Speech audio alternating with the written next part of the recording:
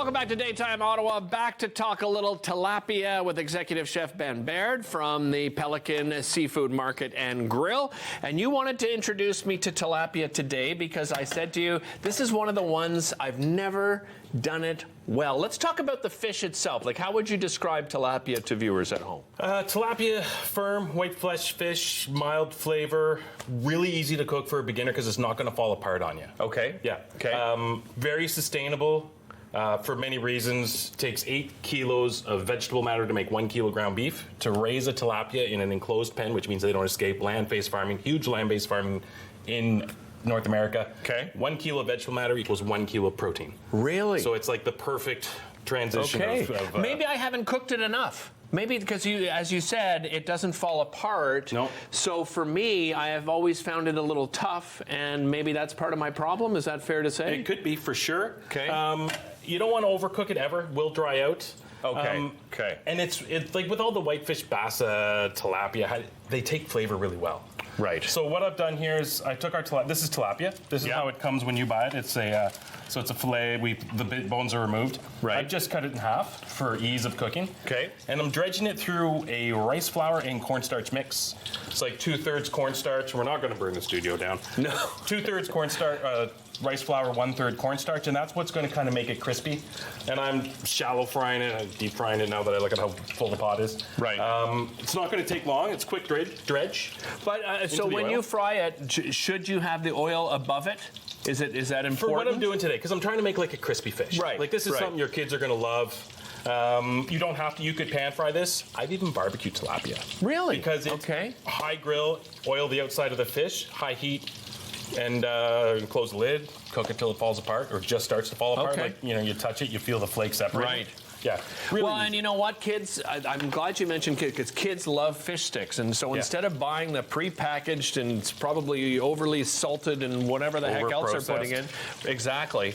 Do it like this, and kids will still love it. Yep. Right? They'll like it even better. And it's going to be about 5 minutes in the oil. I have the oil over medium heat. Okay.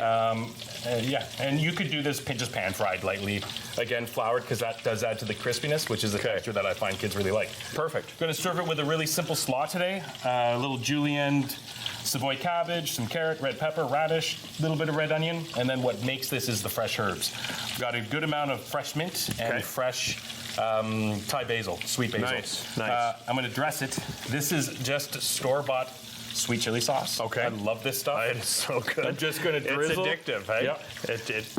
Everything goes well with it. I don't think right. there's a beautiful. Bit of fresh lime juice to bring out to balance the sweetness of it. Okay. I also like to add a touch of sesame oil. Oh, so good. A little bit of a tamari or soy sauce, a little salt. And then it's just a toss, quick toss. Tamari and soy sauce. Yep. Very similar. Like the flavor profile to me doesn't change too much. They are very similar. I mean, they're all a fermented soy product. Right. The reason I use tamari is it is gluten-free. That's the difference. Big difference is the gluten-freeness. And as I said, we used a rice flour and a cornstarch, so this is a gluten-free application. I'm just gonna give Could you use any other, like an almond flour, a coconut flour? I wouldn't use, you could use just a normal bread flour. Okay. You could probably use a buckwheat flour, but almond flour would burn. Gotcha. You're using some hot oil, so you need something that's not gonna burn. Okay. And I would be afraid of almond. I mean, heck, experiment, will you? Well, I guess you could. Yeah. I mean, you're at home, why not? This is how we learn. Yeah. Experimenting is how they learned about Reese's Pieces, right? Oh, the peanut butter and the chocolate. So good. I had a few this week. Are you stealing from your own children? Well, I mean, we're allowed. I walked the neighborhood, so then you carried deserve the it. Yeah, I hear exactly. you. It's a finder's fee. So you'll see, got a little bit of color. Do we have the overhead camera working today? You see a little bit of color on there. I'm just going to do a little. There it is. Kevin had a nice little close up there. Another beautiful. 30 seconds, and it's going to come out. And meanwhile, our stew, look at that muscle. Look and go, yeah. Look at that muscle. Look at the size of that thing. Yeah, that's a big beauty muscle. Like, nice. I'm gonna make you a bowl of that too while we're waiting for this fish. Okay. just because, you know.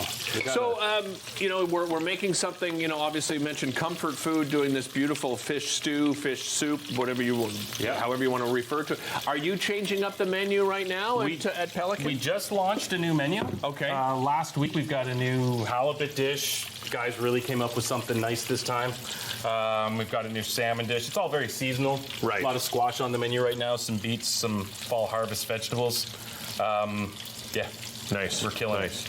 A little crusty bread on the side. Yeah. All right. Well, while that piece of fish is almost done here, let me give Absolutely. this a little taste test. I'm going to pull the fish out. I'm going to turn off the oil there. Oh my goodness. Not bad. No, Yeah? it's better than not bad. Good. That is so good. So good. So, the crispy tilapia. Yeah. Or bassa. Reason I did try to sway you is Pelican, we do focus on fresh fish. Right. You cannot actually buy fresh bassa. It's always a frozen product. It is, eh? Yeah. Okay. So I figured fresh tilapia, very close. You could replicate this with bassa, though.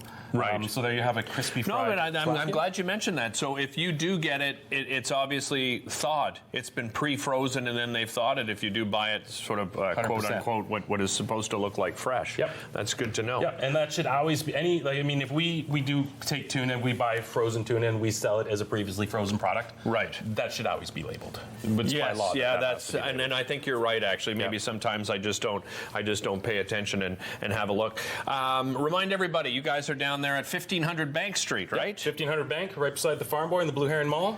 Nice. We're open 7 days a week, lunch and dinner.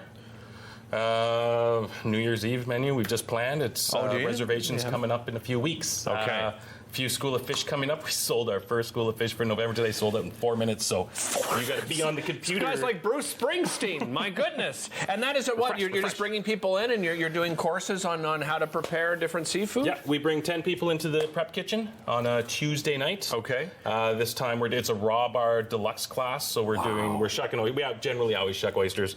We're doing a scallop crudo, tuna tartare, salmon tartare, tuna tataki. And there's one more that's slipped my mind. Listen, it's sold out, but stay tuned and check out the website, pelicanseafood.ca. We'll be right back after this.